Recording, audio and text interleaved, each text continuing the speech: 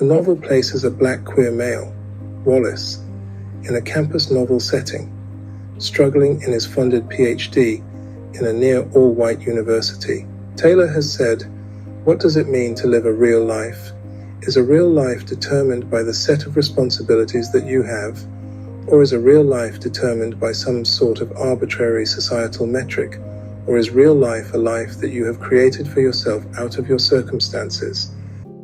This brilliant investigation into what constitutes a real life attempts something often relegated in the campus novels, a black voice.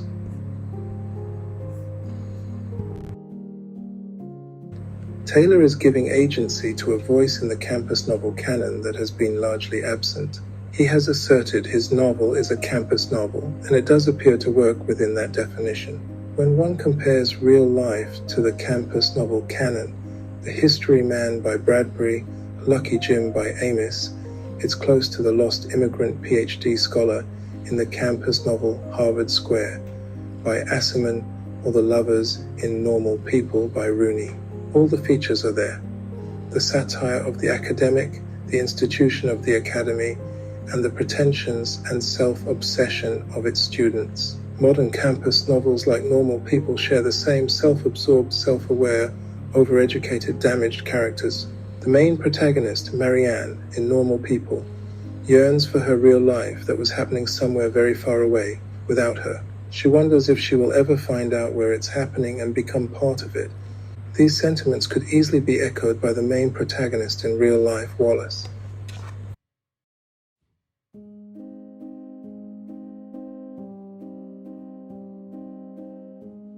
While Taylor uses the framework of the campus novel, it concerns itself with a wider range of issues. When Wallace yearns for a real life, a deeper meaning can be inferred. Wallace arrives at his new university, yearning to live a life he has dreamed of. The implication his new life would be a real life. His previous life, something Wallace has endured.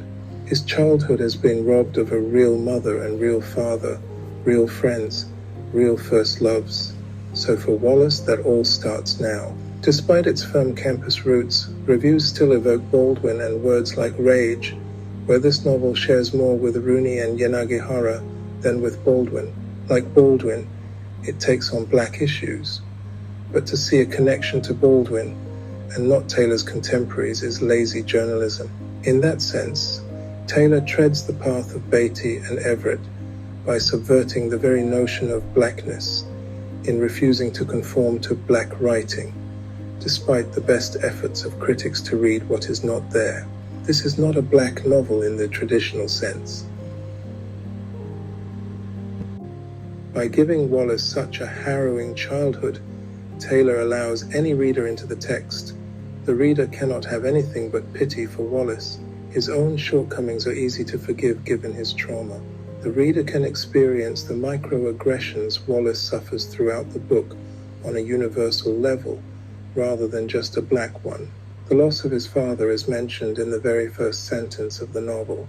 The reader can explain away why he may be reticent to stick up for himself, or even self-sabotage his events. The nightly rape by a family friend, the violence of his alcoholic mother, and the double abandonment to the paedophile and the abscondence of his father allows the reader to physically see Wallace's pain, when so much what Wallace suffers in the fictive present is invisible.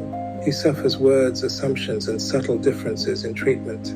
He does suffer physical affronts in the rough sex of his straight lover and the possible sabotage of his experiments in the lab of his research. To construct him as simply poor and black was too simplistic.